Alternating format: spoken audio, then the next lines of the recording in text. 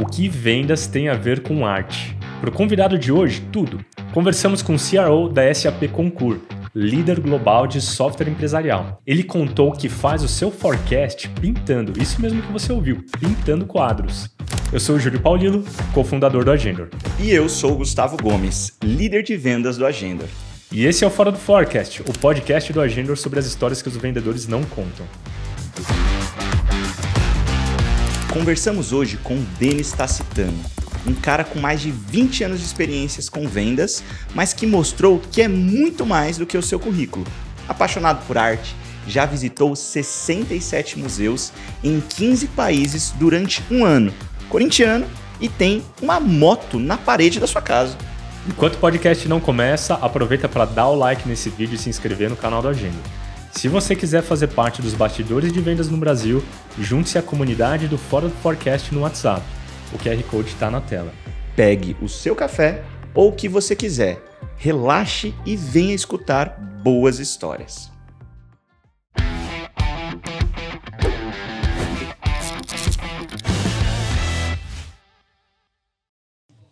Primeira coisa que eu fiz foi pegar seu nome, jogar no Google, começar a ver os resultados de busca. E aí, o primeiro resultado, ou um dos primeiros que eu vi, era de um link da Amazon. Quando eu acessei, estava assim, era um livro sendo vendido, e o título do livro era 99 razões para você pensar bem e se preparar muito antes de ter um filho. Aí eu vi lá, Denis Tacitano, eu pensei, meu, né? Será que é ele mesmo que é o autor? Eu falei, deve ter algum outro Denis Tacitano, né? Aí eu acessei o seu LinkedIn, desci um pouco lá nos projetos e tava lá o livro. Ou seja, é realmente seu, cara. É meu. Fiz um curso de escrita criativa e para escrever um livro. E os exercícios era, cada aula você estruturando um livro. Aí eu peguei, tava em casa escrevendo, trabalhando, notebook no colo, na sala e tal. Aí meu filho jogando bola, a bola bate de um lado, bate do outro. Aí eu olhei e falei, pô, tive a ideia, falei, vou escrever um livro sobre ter filho, né? Aí o pessoal brinca, fala, Denis, mas seu filho vai... O que ele vai achar desse livro? Eu falo, não, o livro é baseado em mim. Eu dei muito trabalho para meus pais, mais para minha mãe, que era mais presente e tal.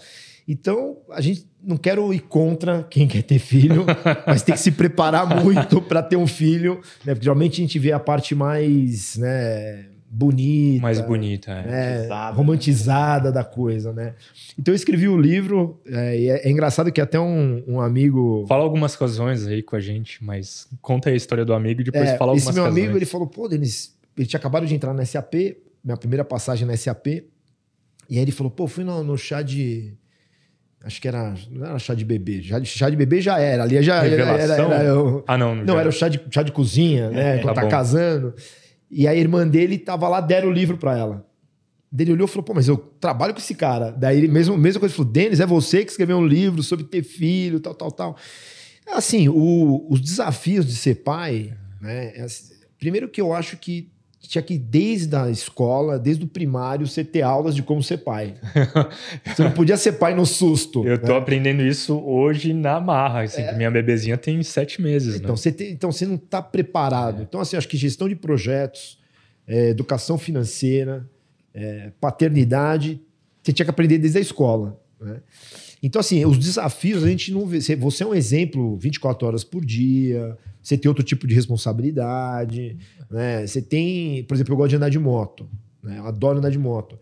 Meu filho não gosta. Se ele gostasse, eu ia ficar meio preocupado. Então, assim, tem que... Eu acho que é isso que toda pessoa que anda de moto pensa.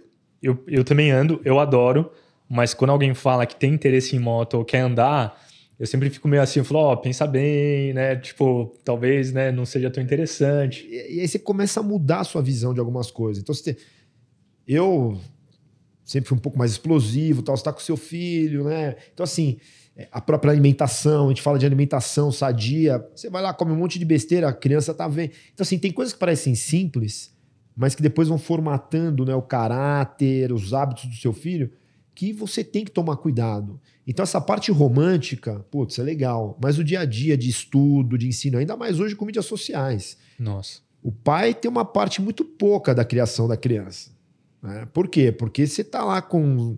Tem os pais, amigos, influenciadores, ele tá pro mundo. Antigamente você deixava a criança em casa, você brincava na rua ali, olha, não anda com aquela galera ali e tal. Hoje, a galera tá em todo lugar. Então eu falei, vou escrever um livro. Aí escrevi o livro, aí depois...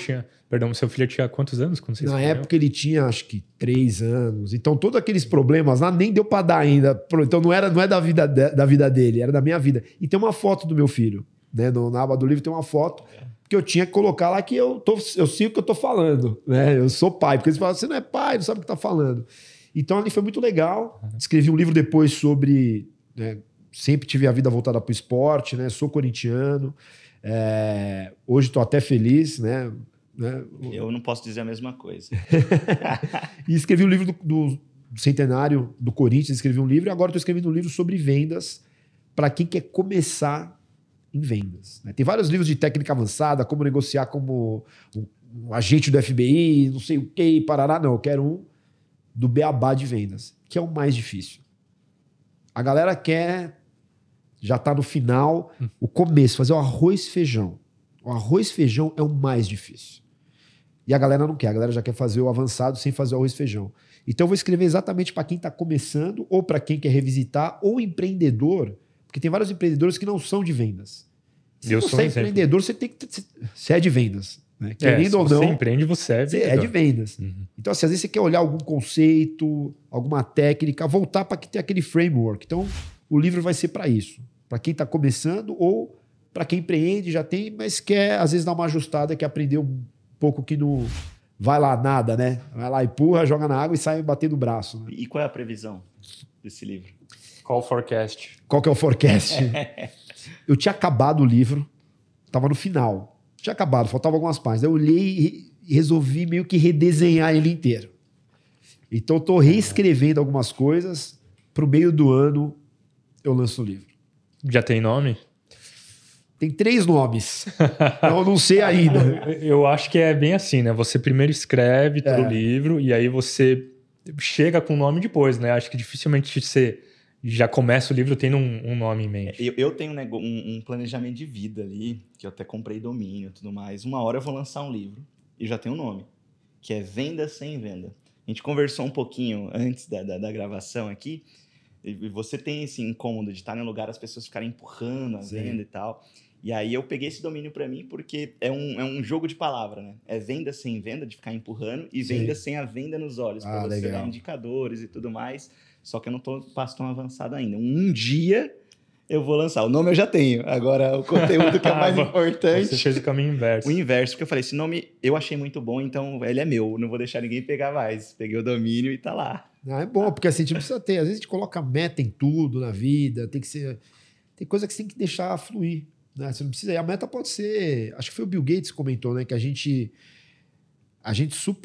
superestima o que a gente pode fazer em um ano e subestima o que a gente pode fazer em 10 anos. Não sei se foi o Bill Gates que comentou isso. Então, assim, às vezes você pensa, não, em um ano eu vou fazer um monte de coisa, né? Então é legal, você tem lá, vou escrever um capítulo por ano, vou lançar, não vou lançar, Tem que ter esse planejamento, sem planejamento, também deixar a coisa fluir. Senão fica tudo muito com métrica, tudo muito com KPI, a vida não flui, criatividade não flui, e aí você não consegue nem fazer o que você quer fazer. Uma pergunta que eu queria fazer para você, Denis, que quando a gente bateu aquele papo, acho que a primeira coisa que veio em mente é, cara, você é Chief Revenue Officer da SAP Concur, Latam. E você tem dezenas de hobbies e dezenas de atividades. Né? Então, como que você consegue se planejar e gerenciar a sua rotina? Se você tem alguma técnica, alguma prática, se você faz algum planejamento a cada ano, trimestre, como é que você faz e decide como alocar o seu tempo? Sim. A observação. Antes, seria importante você falar as coisas que você faz, porque a gente sabe, a galera não sei se sabe. Tá. Bom, SAP, né? Então eu trabalho na SAP, eu estou como vice-presidente, né? Porque tinha até um ex-presidente da SAP Global, ele falava, a gente só é o que ninguém pode tirar da gente. Né? Então eu estou vice-presidente América Latina. Eu sou o Denis, filho do Ivair, filho da Sônia, pai do Enzo, né? Corintiano. Isso ninguém tira de mim. O resto é tudo transitório. Né? Porque a gente vê, às vezes, até as pessoas que tiram, às vezes, sabático, tem um desafio do que você perde a identidade, que você não é mais a empresa que você está. Você não é mais um cargo. Aí você fica, qual que é a minha identidade aqui andando na rua sem trabalhar? Então essa preocupação eu tenho de ser o Denis Tastano e não só ser o Denis Tastano da SAP. Né? Então, o que eu procuro fazer? Eu procuro, primeiro, não ter um compromisso, como eu comentei, com a alta performance em tudo que eu faço. Porque senão você fica pensando, vou tocar guitarra, não quero ser o melhor guitarrista do mundo. Eu quero ser... Não, tem coisa que eu vou fazer que eu vou ser medíocre mesmo e quero ser medíocre. Eu quero estar como um aprendiz que... Não, eu não preciso chegar a lugar nenhum com o que eu vou fazer. Eu só quero fazer. Né? Porque senão fica tudo com pretensão de algo mais. Eu tenho que vender X, aí depois eu vou correr, eu tenho que correr tanto, depois eu tenho... Não, eu vou correr, se não der eu parei. Então eu tenho algumas ações sociais que eu apoio, né? O Responsa, que é para ajudar egressos a se incluírem no mundo de trabalho, né? No mercado de trabalho. Tenho Moradores de Rua e Seus Cães também, que ajudam moradores de rua, pessoas em condições de rua que possuem, né, pets. Eu tenho uma startup chamada Best in Black, que é um hub de networking estratégico para profissionais negros. Né? Que mais? Comecei a fazer aula de gaita. Eu pinto, comecei a pintar na pandemia. Eu pinto e vendo meus quadros em troca de cesta básica. Né? Gosto de andar de moto. Quando eu devia ter uns 12 anos, eu estava conversando assim com... Eu sempre gostava de conversar com um vizinho que eu tinha, ele tinha uns 60 anos, eu ficava lá conversando e tal. E aí eu falei para ele aquelas, né? Não, na vida a gente tem tempo para fazer tudo. Ele falou, no dia a gente tem tempo para fazer tudo. Você tem 8 horas para dormir, 8 horas para trabalhar e 8 horas para se divertir. Em um dia. Aí eu fiquei com aquilo na cabeça. Olha só. Aí eu olhei e falei, 8 horas de trabalho é bastante. Vamos supor que você trabalhe 10 horas. Sobraram 6 horas para se divertir. Vamos supor que você demora 3 horas para sair de casa e ir para o trabalho. Hoje o home office fica mais fácil. Sobraram 3 horas para você se divertir. Então, 2 horas para se divertir vai sobrar. Aí eu comecei a calcular meu dia. Lógico, antes eu calculava mais precisamente e agora ficou mais... Né, eu já sei mais ou menos o que eu vou fazer. Então, se não está na agenda, é difícil fazer. Porque não está na agenda, você não vai bloquear, você esquece, acaba passando. Né? Mas tem coisas que entram no dia a dia. Você fala, eu não preciso colocar na agenda que eu vou escovar os dentes, eu vou tomar banho. Isso já acontece. Então, eu sempre separo aquele tempinho para fazer uma coisa que eu acho importante. Eu sempre dou alguns exemplos meio drásticos. Né? Então eu falo, pessoal, imagina o pior dia para vocês. Fala, quarta-feira, esse horário eu não consigo fazer nada. Ou uma reunião com o chefe, alguma coisa. Você fala, não dá para fazer. Ou não. Vamos supor que eu chegasse para você e falo, você está precisando, eu só tenho nesse horário quimioterapia. O que você faz? Você cancela a quimio? Não. Então tem coisas que são inegociáveis. Só que a gente acha que algumas coisas são negociáveis. E aí a gente negocia. Se chegar para mim e falar assim, eu tenho uma aula de tênis a meio-dia, eu posso achar besteira, você vai achar besteira, você cancela a aula e aí acaba ficando negociável. Vou estar com meu filho. Não, porque não sei o que, acaba ficando negociável. Então tem coisas que a gente sabe que são inegociáveis. Eu já cancelei reunião importante porque caía no horário da minha terapia. Acabou. Minha terapia é extremamente importante para mim. Eu já fiz terapia na madrugada porque eu estava no México. Já fiz terapia 3 horas da manhã porque eu estava em Las Vegas. E já fiz terapia 11 horas da manhã porque eu estava na Europa. E era férias. E o meu filho sabia que aquele horáriozinho estava ali, terapia. Uma vez eu cheguei em Veneza, olhei no relógio, saí correndo. O que foi? Eu falei, eu tenho terapia. Cheguei lá. Pum. Então assim, é inegociável para mim. Por quê? Porque eu trato a minha terapia como se fosse uma quimioterapia. Eu levo no extremo para a gente ver que tem coisas... Quando a gente leva no extremo, a gente consegue tempo. Né? Então isso é muito importante, né? Você conseguir separar aqueles momentos para você, porque são momentos que vão te ajudar nos outros momentos que você acha que... Se você quer vender muito, uma hora você tem que não vender. Não dá para você pegar um carro, sair daqui até a Bahia a 300 por hora sem parar, que depois de 2 horas o carro acabou. Você não pode só avião, foguete não tem ré. Esses negócios não funcionam para a pessoa. Né? A gente vê hoje, você consegue levantar 5 quilos? Consigo. Consegue levantar 10? Consigo. E 1 tonelada? Não, eu não consigo. As mídias sociais estão jogando 1 tonelada de informação na gente. Isso é muito verdade. Não dá pra gente achar que a gente consegue absorver essa... Porque levantar o peso é uma coisa tangível, aliás. Eu não consigo levantar o prédio. A gente tá recebendo um prédio de informação. Se a gente não desconectar, você não consegue ser criativo. Então, às vezes eu tô num forecast, eu dou uma pausa ali, coloco lá uma meia horinha, eu vou pintar. Isso me ajudou no outro forecast a ter uma ideia diferente, a fazer uma coisa diferente.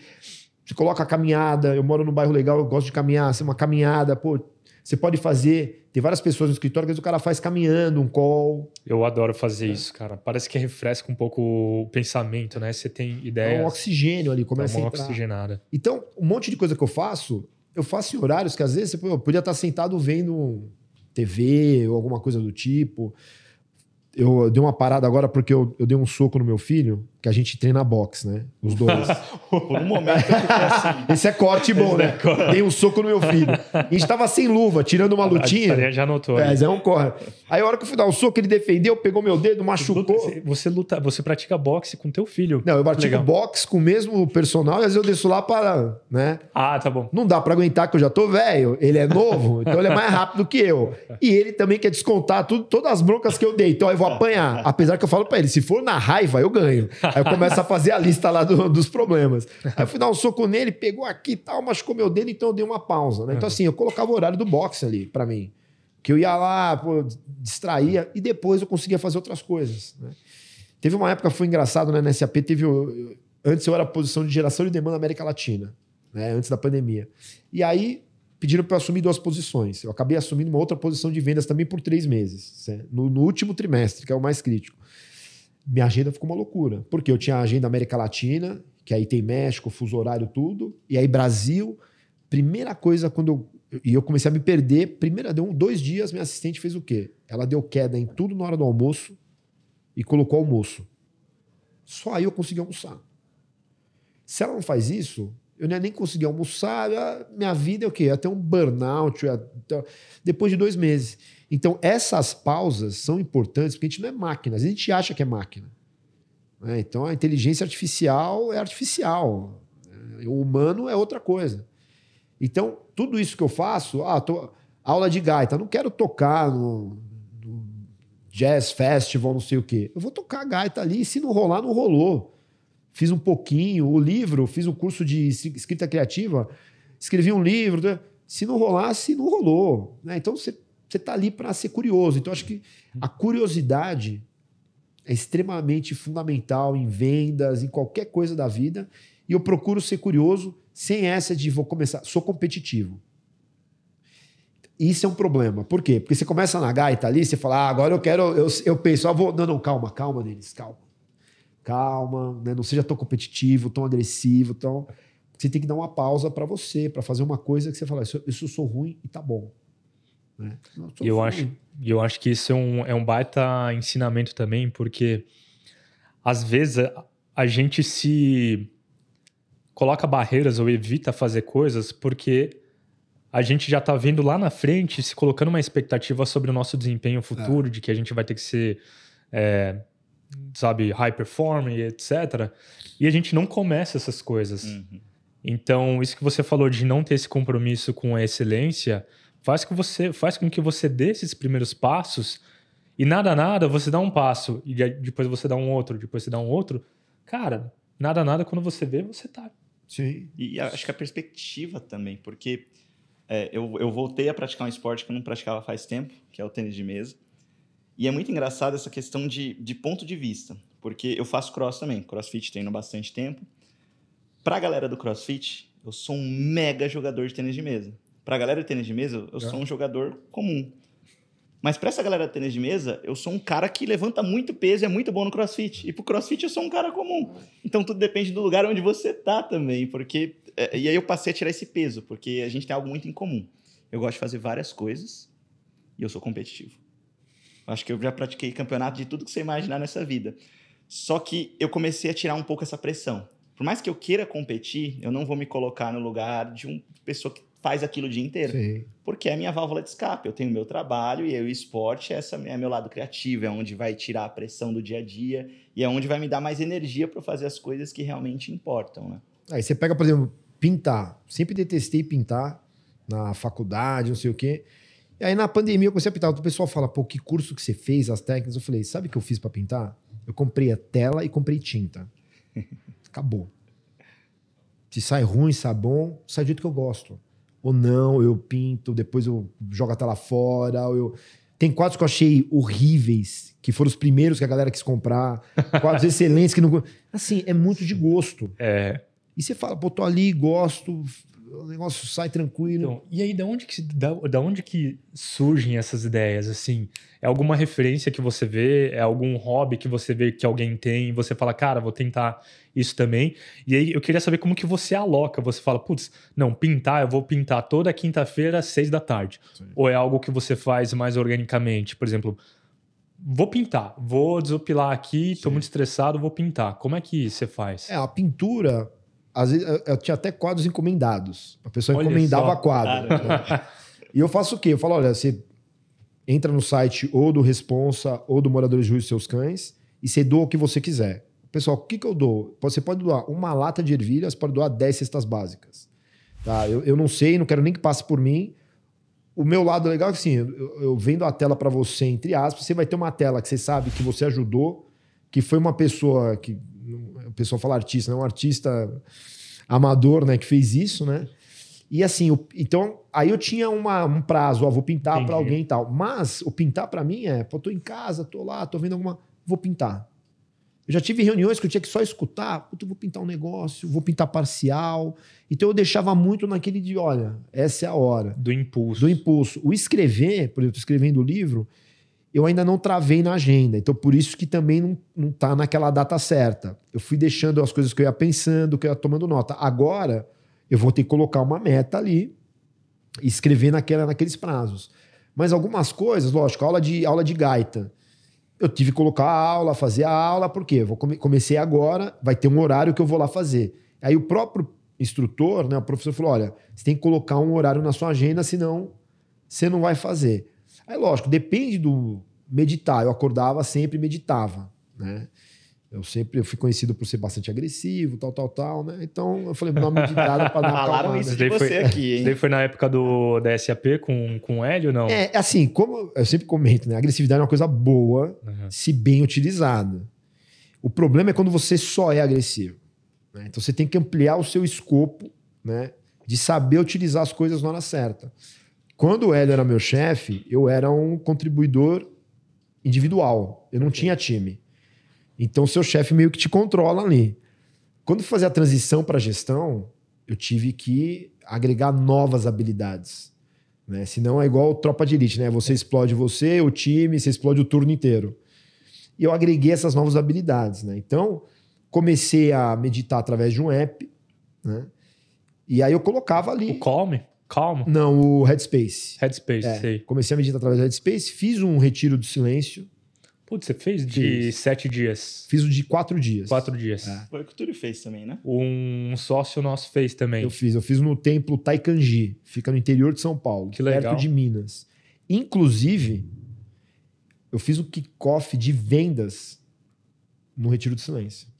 A galera ficou... No retiro de silêncio? Mas daí como é que você fez? Você fez na mímica? Não, tô brincando.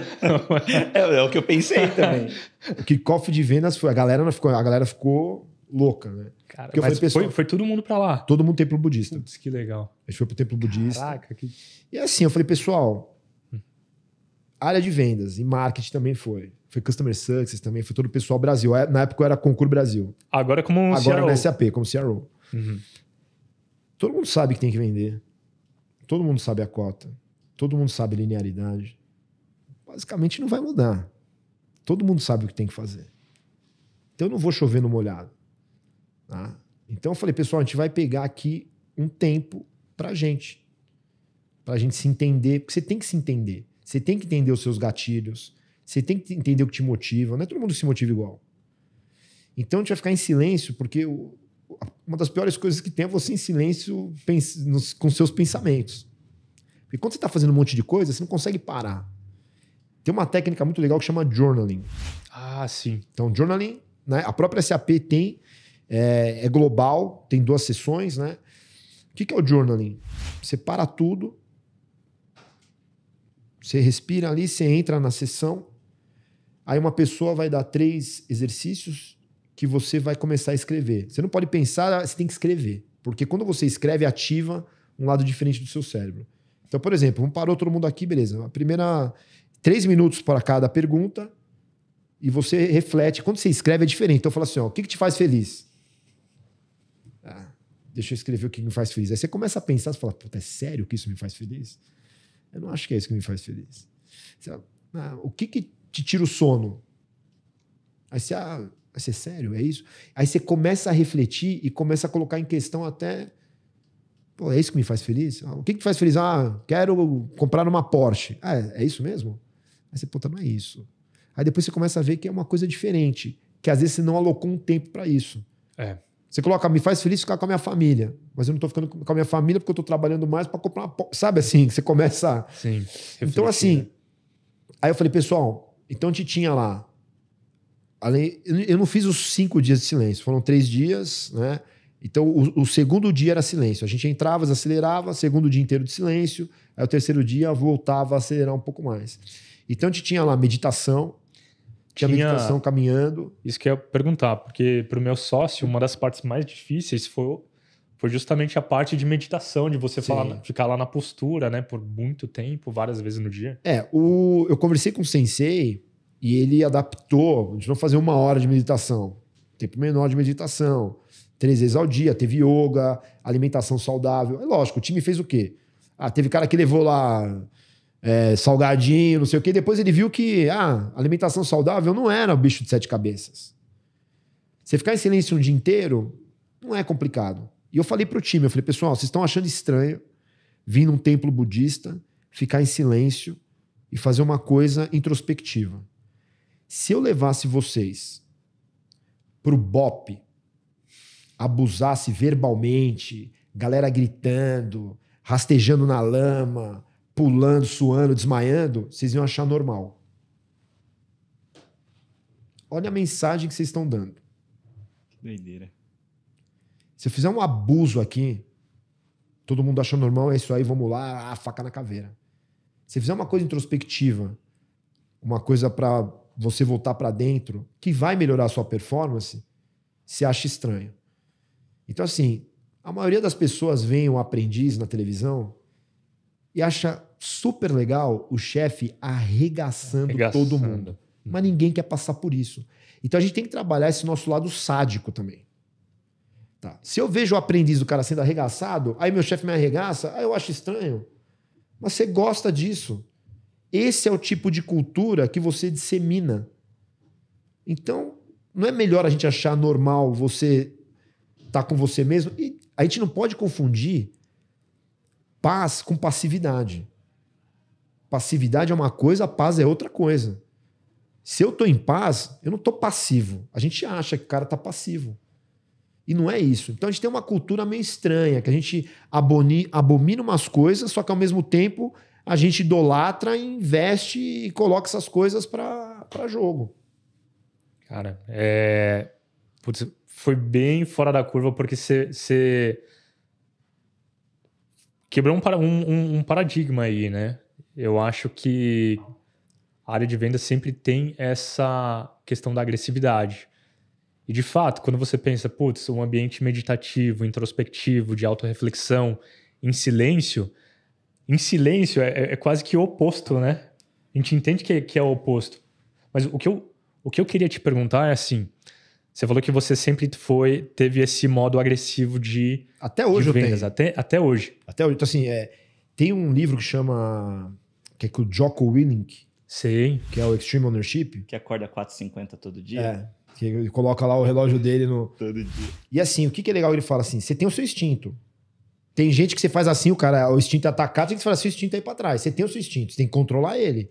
Então, se tiver alguma coisa aqui, o meu instinto é atacar. Mas aí eu tenho que pensar. Esse é o ponto, é você conseguir se controlar.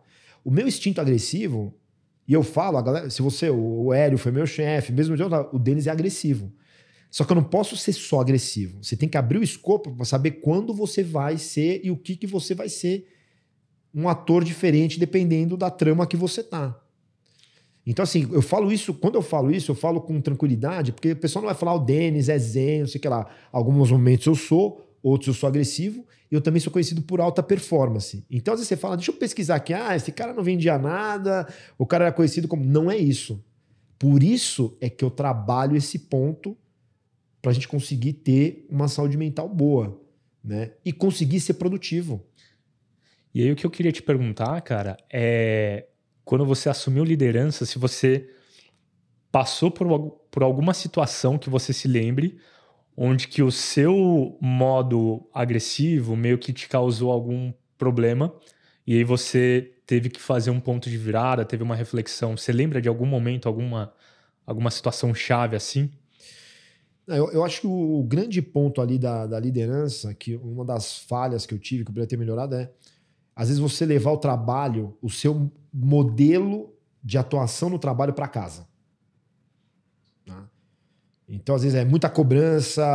Às vezes, você parece que você saiu do trabalho, mas não saiu. Né? Porque você tá lá com a cobrança, com não sei o quê, com a melhoria, com tal, em casa. Aí você olha e fala, pô, mas... Né, a galera de casa acaba virando colaborador, acaba virando... Então, assim, você tem que dar essa quebra. Né? Então, quando eu fiz essa mudança para liderança, em alguns momentos em casa, eu estava sendo também a liderança, o gestor ali. Entendeu? Sim. Então, aí você tem que dar essa quebrada. Então, acho que isso foi... Eu acabei virando o líder, sabe, aquele full time, né? Sim. Hoje, com mais idade, eu até gosto de estar no... Às vezes vou viajar com meu filho, ver o que você quer fazer, né? A namorada vai comer... Ser levado. É ser levado.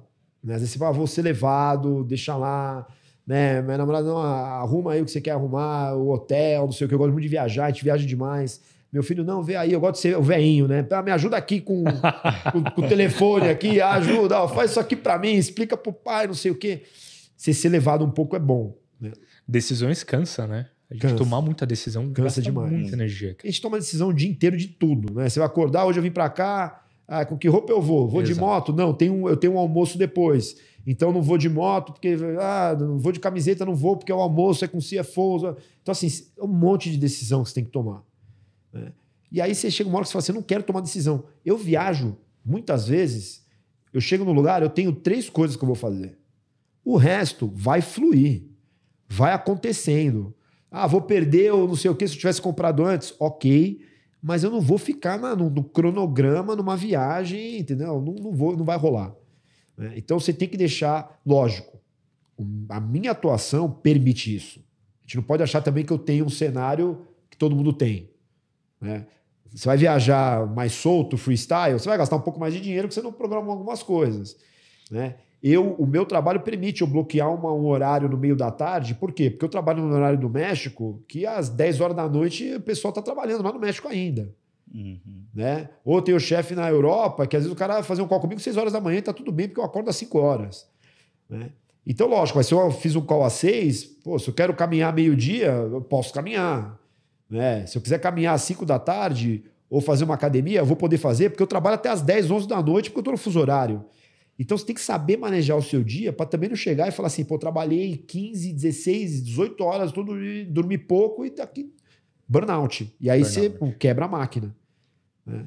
Eu queria que você falasse um pouco sobre o que você encara ou quais que são os seus luxos atualmente e fazer uma comparação com o seu passado, que talvez você não enxergasse. Olha, eu tive um passado bem privilegiado.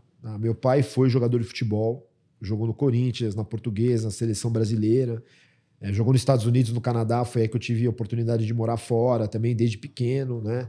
Sempre estudei em colégio privado, né? Nunca ajudei em nada em casa, né? Mas lógico, sempre honrei esse investimento que meu pai fez, né? De estudar, sempre estudar. Meu pai pagou a faculdade, então nunca faltava em nada. Até meu filho, a gente até brinca, né? Eu falo, faltar na aula só com atestado de óbito. E mesmo assim eu vou lá dar uma beliscada para ver se morreu mesmo. Então assim, isso aí para mim chegar atrasado não é inegociável. Já cheguei em reunião 1h30 antes, no Uruguai. Cheguei em Montevidéu, o cara parou o táxi, Eu falei, já? Ele falou, não, eu tenho reunião daqui 1h30. Ele falou, 1h30 você chega em Punta del Este, seu louco. Você tá em Montevidéu. Eu falei, eu moro em São Paulo. E é super real, porque o Denis foi o convidado que chegou mais cedo aqui.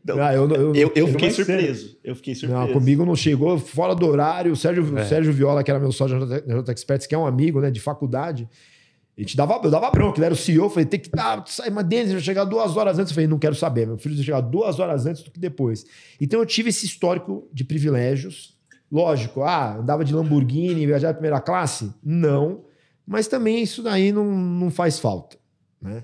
Então eu não posso... hoje tenho uma vida confortável, tenho vários luxos de poder viajar para onde eu quiser, né? Então assim, hoje eu vou viajar para onde? Vou viajar no ano novo, para onde? Eu posso abrir o mapa mundi e escolher qualquer lugar, né? Isso é um privilégio que eu tenho, né? E às vezes até, eu estava falando com meu primo esses dias, às vezes até te trava, né? Porque você fica olhando, não, Austrália, Varsóvia, Estados Unidos ou Belém do Pará. Aí você começa a ficar meio louco, né? Vou esquiar, eu vou surfar, que eu não surfo, mas vou fazer aula de... O que eu vou fazer? Né? Eu passo por isso só na Netflix, quando eu fico várias vezes. É isso, cara. Então, assim, eu tenho esses privilégios, né? Agora, o que eu vejo de luxo que eu tenho, mas que eu sempre tive, assim, ter amigos, né? Poder ir num restaurante bom, comer. E eu falo que o maior luxo que eu tenho, e que eu, sempre que eu entro nesse lugar, eu agradeço, é no supermercado.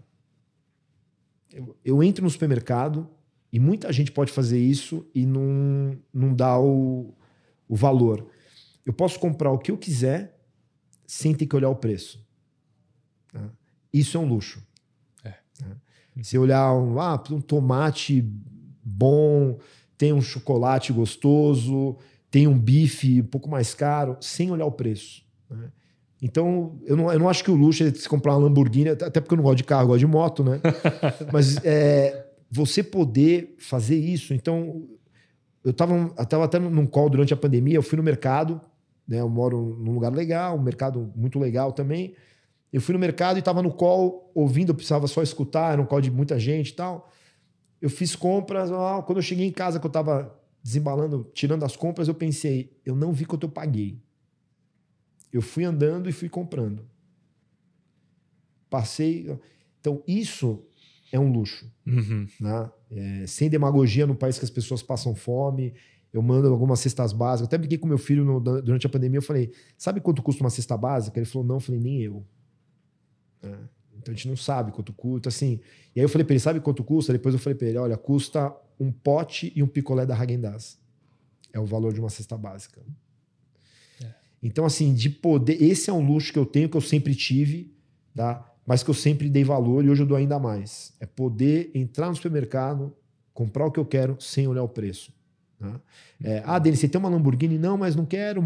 A moto que eu quero eu tenho, que também não é muito cara. E é saber aproveitar, né? E eu falo as coisas pequenas, não. Eu fui viajar agora, de férias, fiquei 15 dias na Bahia, né?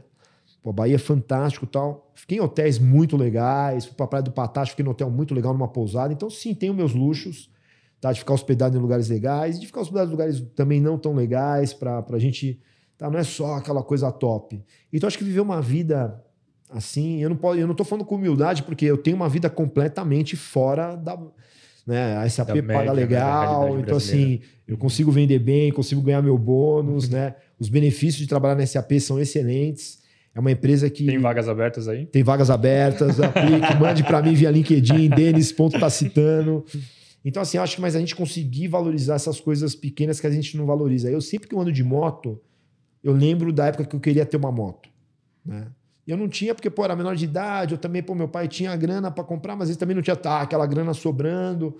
Então, valorizar essas coisas, esse encontro que a gente está tendo aqui, num lugar legal, né? Isso é completamente diferente. Poxa, Denis, eu acho bem bacana. Você faz muito trabalho social, você demonstra que enxerga o todo, né, do nosso país. Eu acho que, até fazendo um paralelo com vendas, né?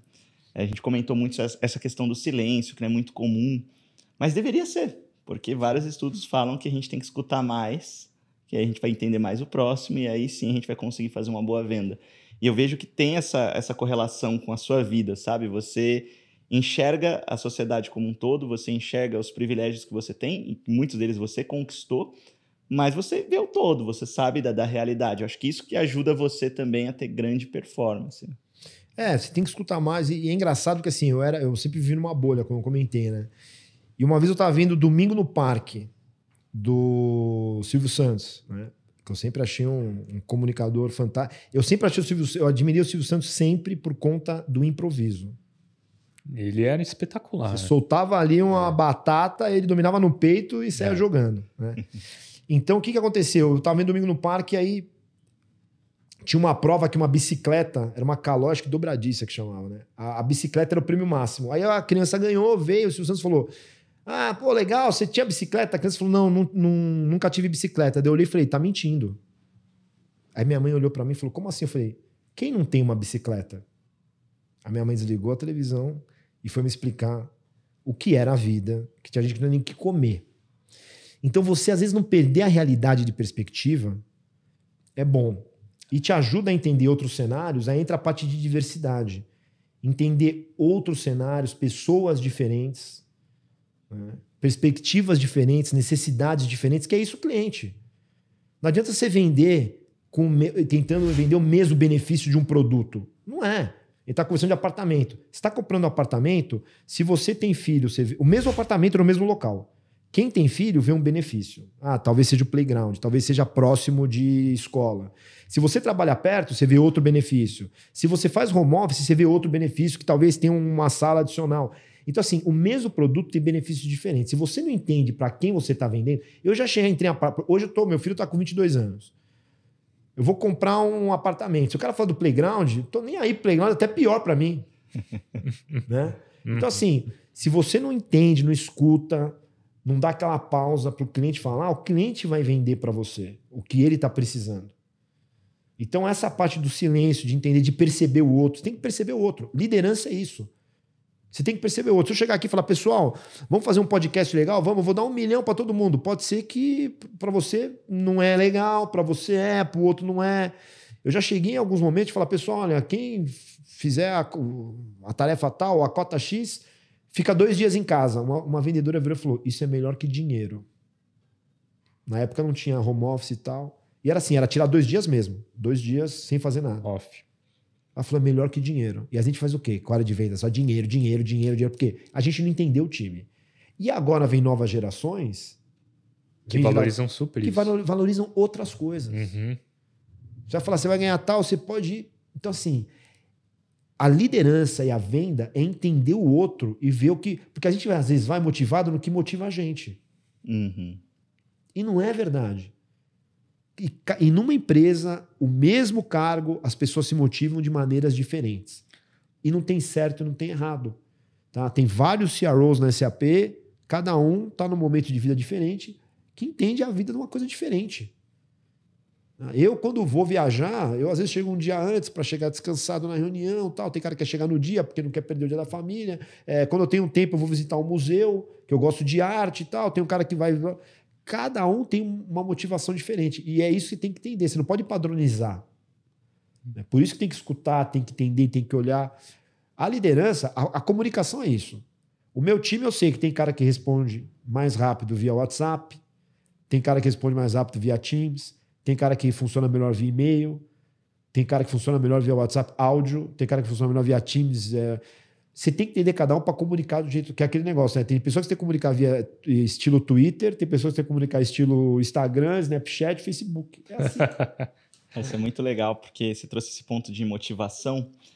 Eu parto muito do princípio que nós não temos a real capacidade de motivar o outro, mas sim de engajar, porque a motivação ela vem de dentro. Sim. Então, entender o contexto para que eu possa engajar aquela pessoa e aí ela ter a melhor... Eu, como líder, né? Engajo aquela pessoa para ela ter a melhor performance. Eu, como vendedor, engajo aquele potencial cliente para que ele possa enxergar valor nesse determinado produto. Porque motivação é um negócio muito pessoal. Até porque a gente vê desastres aí com pessoas, tirando até a própria vida, tendo tudo, sim, entre aspas, né? Mas é tudo na nossa visão. É isso. Eu tava falando até com meu primo esses dias sobre isso, né? A gente gosta de rock, né? Aí tem o Chris Cornell, que era do... Audioslave. Audioslave, que tirou a vida, Linkin Park, né? E aí você fala assim, pô, mas na visão dos outros, o cara é super bem sucedido no que ele faz, o cara é rico, famoso, reconhecido, tudo na nossa visão, né? Por isso é que é importante a gente saber qual que é a nossa métrica. Porque se eu for disputar na sua métrica, eu tô perdido. Né? Uhum. A gente acha que quem é a pessoa mais feliz na empresa? É o CEO? O resto é todo mundo perdedor? A gente só utiliza dinheiro como métrica. Então, o cara não sei o quê, mas o cara também ganha 6 milhões. Né? O jogador tal não joga, mas o cara é rico. Mas será que essa é a métrica dele? Pode ser que não seja. Tá? Queria que você falasse um pouco mais disso daí, Denis. Hoje em dia, assim, falasse um pouco sobre quais que são seus valores, suas crenças, seu propósito, o que te direciona, o que te guia tanto na vida pessoal quanto profissional, sabe? Sim. A SAP me deu até eu vou começar do final, né? Uhum. Vou começar do começo. Eu nunca fui tão engajado, né, em temas de diversidade, inclusão, né? E quando eu voltei para a SAP, me apresentaram os programas, tá, voltados a tema racial, né? Que por incrível que pareça eu nunca fui tão engajado, mas assim, meu pai era negro, né? Meu pai faleceu ano passado, meu pai era negro, minha mãe é branca. Uhum. Né? Então, assim, me apresentaram o tema a gente contrata pessoas com autismo. Tem a parte de etarismo, mulheres na liderança total. Então a SAP tem vários grupos de afinidade. E foi a partir daí que eu comecei a me engajar no tema de negros. Que eu olhei e falei, bom, hoje eu estou vice-presidente, na época eu entrei como diretor. Falei, bom, no meu cargo, tem o que eu falar. Tá? Então eu sou muito assim, tem 10 pessoas aqui que podem fazer, ok. Se não tiver ninguém, eu faço. Tá? Mas se tiver 10, pô, vai você e tal. Eu olhei e falei, bom, eu vou me engajar no meu cargo e tal. E aí eu comecei um engajamento muito forte. Né? Sou cofundador do Instituto Pactuar, tá? Que é um instituto formado por executivos negros, tá? São todos C-level, tal, diretoria e tal, focado em elevar a média gestão nas empresas. Porque a gente fala de programa de inclusão, de estagiário, de trainee, nada contra, mas também a gente tem que pegar do meio para cima. Então, o nosso foco através de mentorias, fazer isso. E aí eu fiz um spin-off do Pactuar, junto com o Kwame, né, que é o fundador do Pactuar. A gente abriu a Best in Black, né, que é um grupo focado, só que aí mais para lifestyle. Por quê? Porque às vezes a gente foca tanto em mentoria, masterclass e tal, você esquece o network estratégico que você faz fora disso.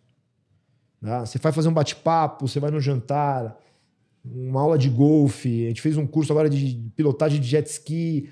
Aí você vai fazendo outros tipos de relação que também ajudam, tá, no dia a dia.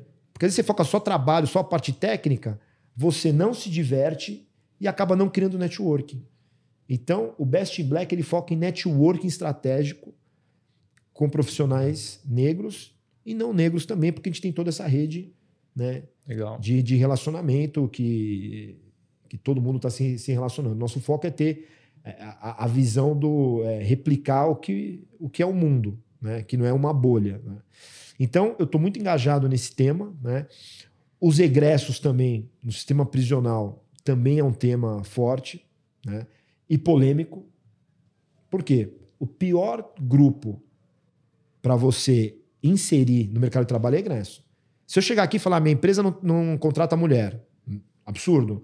Não contrata negro, absurdo. Se eu falar, não contrata ex-presidiário, a galera vai falar, pô, legal, uma política legal. Tem cara até que publica na internet sem poder, que é ilegal. Não contratamos ex-presidiários, porque a pessoa pagou pelo que o crime que ela cometeu. Ela não é foragida. Ela apenas pagou.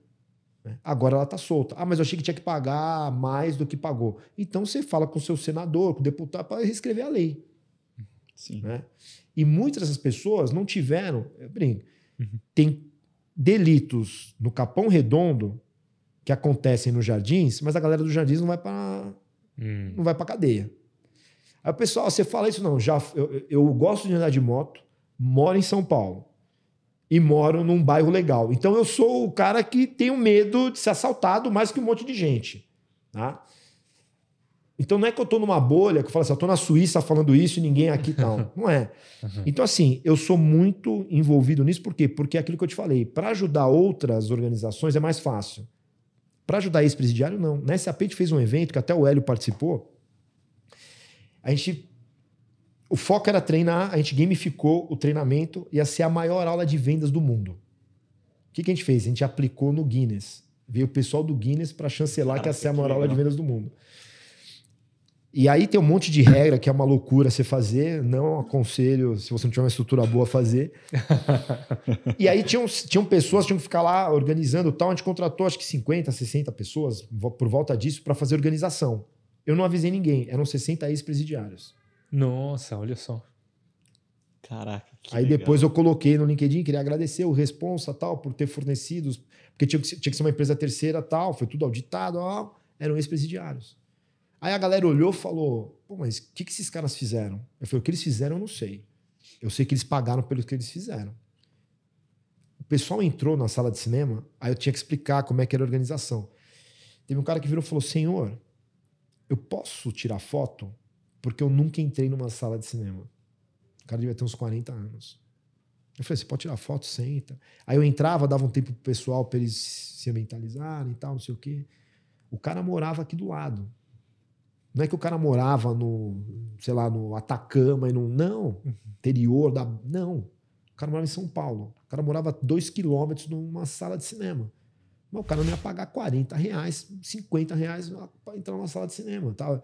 Era o último, né? Na pirâmide de Maslow, o cinema dele estava no topo ali. Então, assim, eu comecei a engajar. Isso minha mãe sempre me passou, o que era a vida, desde do Silvio Santos, dali da bicicleta. Procuro passar para o meu filho também para a gente conseguir valorizar o que a gente tem. Porque às vezes a gente desvaloriza o que a gente tem. Né? Você começa a achar que é normal, você ir numa churrascaria, pagar sei lá quanto. Você normalizou, é normal agora. É normal, você ir não sei aonde, pagar, né? Ou tomar uma caipirinha, eu não bebo, mas tomar uma caipirinha, pagar R$50, isso é normal, aí vira normal. Então eu sempre procuro engajar nesses temas sociais para estar ajudando, né? Faz bem para mim também. Né? Você está ajudando e você está em contato com a realidade para você não desplugar disso. Né? Isso aí. Cara, muito bom. Muito bom. E eu acho que você deve levar umas porradas com isso daí, né? Porque é um tema... É um tema polêmico, né? Para a área de vendas ainda, que eu vou chamar de uma área bem conservadora no geral, você deve levar porrada até hoje, né? Você coloca isso no LinkedIn. O meu LinkedIn é mais ativo do que o Instagram, né? Eu não tenho Instagram, o Instagram é do Best in Black, né? Eu excluí meu Instagram esses dias aí. Eu não tenho Instagram, não vou, né? E o pessoal sempre coloca, e assim... tem que ajudar, tem que matar. A gente tá vivendo uns tempos difíceis. Não, tem que matar não sei quem, tem que não sei o que lá, tal. Eu falo, será que é isso ou não? Tem pessoa lá que nunca trabalhou, tem pessoa que o cara...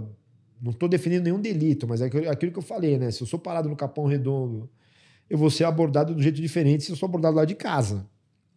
Né? Então, eu até brinco com o pessoal, né? Eu falo, eu tenho moto... E como eu sou negro, eu me preocupo com a polícia e com o bandido também, né? Eu tomo batida de todo mundo. A polícia me para, o bandido me para, eu tenho que ficar sempre, né? Mas a minha moto não é visada, até por conta disso. Né? Tem algumas motos que a gente sabe que a gente não pode ter em São Paulo e tal, né? Mas é passar essa visão. Então, essa parte eu fiz, por quê? Eu tenho que testar e colocar minha empatia sempre com exercício. Sempre exercitar a minha empatia. E quando você vai ajudar quem você vê, né? Se você mora em São Paulo, tem um poder aquisitivo. O que é a pior coisa que tem em São Paulo? É a violência. Então, o que você vê como desafio? A violência. E quando você vai ajudar quem você vê como o seu opositor, você tem que praticar a empatia no máximo. Então, quando a gente fala empatia, pensa nisso. Né? É praticar empatia no máximo, você ajudar quem você vê como a pessoa, o grande vilão. Se você tirar a violência de São Paulo, você começa a ter outros problemas, do tipo, poluição, aí tem distribuição de renda, isso é um problema do Brasil e tal, mas São Paulo você fica com medo do quê? Trânsito. Trânsito por quê? Você está parado, também tem assalto. Então, assim, assalto é sempre o final ali. Acho que é o ponto chave de São Paulo. Você tá inseguro, você vai andar aqui na Berrine, tá com o notebook na mala, vai parar um cara de moto, vai te levar, tal. Eu passei por uma tentativa de fraude no mês passado, de cartão de crédito, não sei o que, saí correndo, não devia nem ter feito isso. Peguei o cara, puxa, uma loucura. Depois eu mostro o vídeo pra vocês, tem gravado isso aí, né? Vou colocar na introdução aí. Mas assim, então é você praticar empatia. Você fala, quero praticar empatia? Tá, o que eu vou fazer? Vou ajudar um palmeirense, por exemplo. Eu aqui, ó, mó triste. Eu sou corintiano, vou ajudar um palmeirense, por exemplo. Então, você ajudar um ex-presidiário. Prática mesmo, uma né? Prática.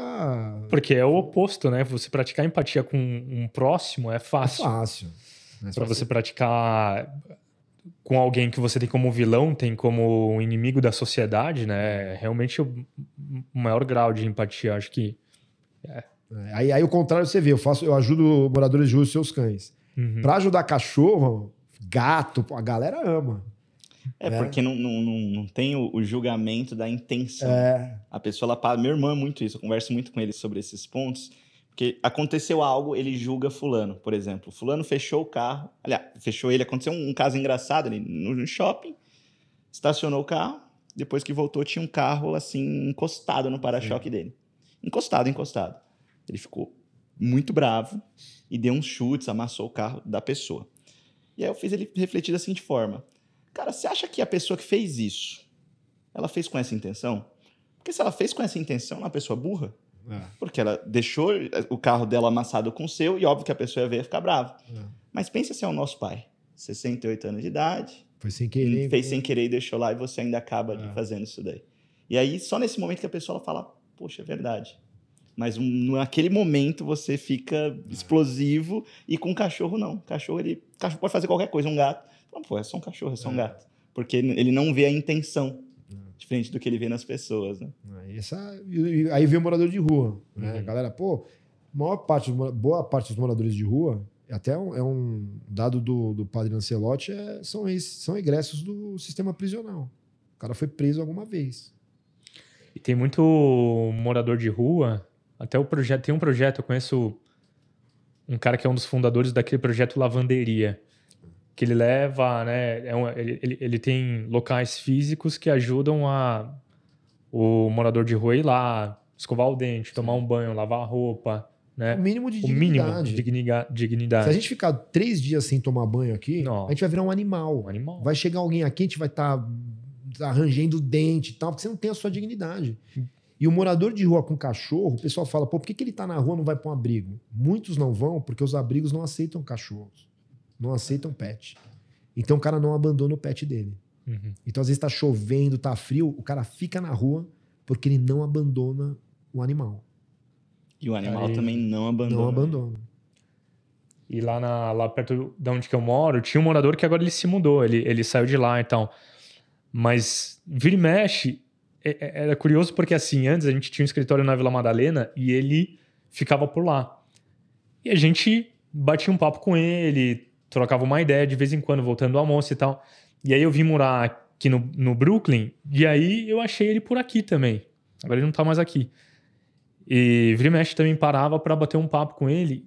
E cara, como dá um choque de realidade a gente falar, nossa, coisas que a gente toma como garantidas para nossa vida atual, que são baita oportunidades ou baita privilégios que a gente tem, que a gente take for granted, né? Que a gente toma como garantia e não agradece, não tem esse sentimento de gratidão, de autocelebração e como é algo importante da gente buscar, né? Gratidão pelas pequenas coisas que a gente conquista no dia ou que a gente tem.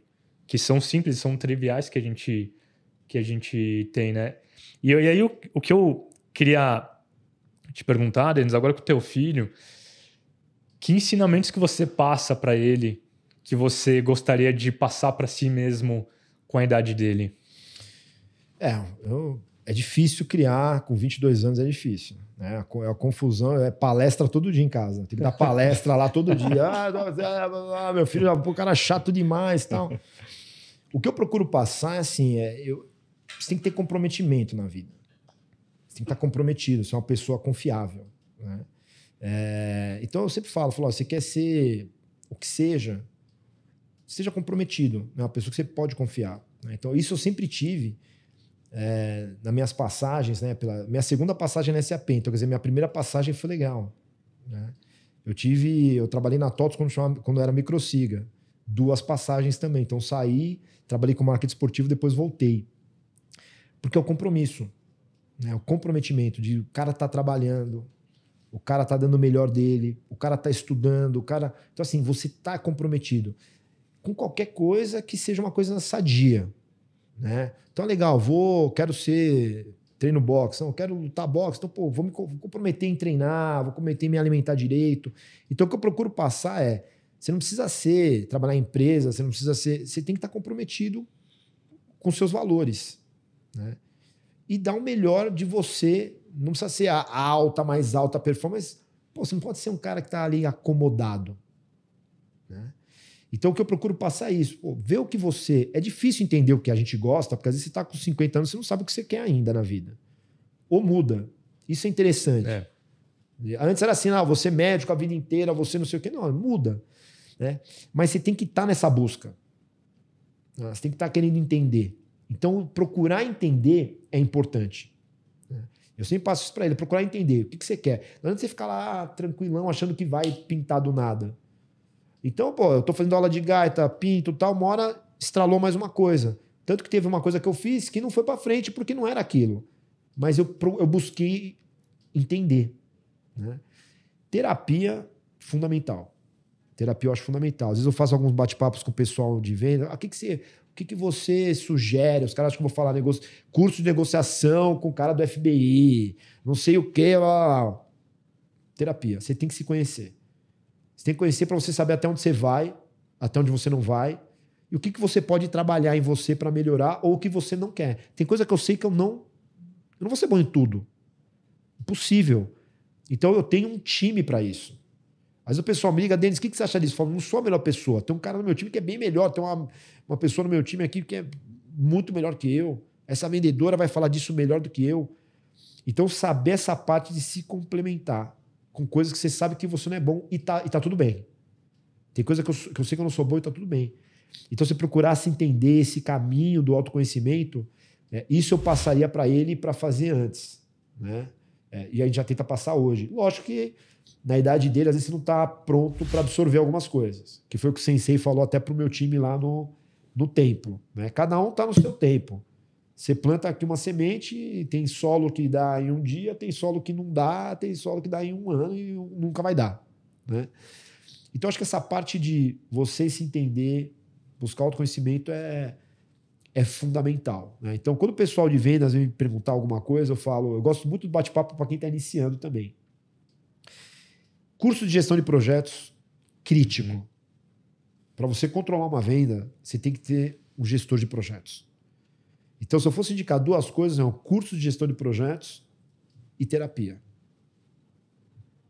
2 coisas que eu indicaria. Você se conhecer, que você conhecer o cliente, você começa a conhecer o cliente, você começa a saber seus gatilhos. Tem coisa que o cara fala que você começa a ficar nervoso, você começa a ficar estressado, você já sabe que não é uma boa.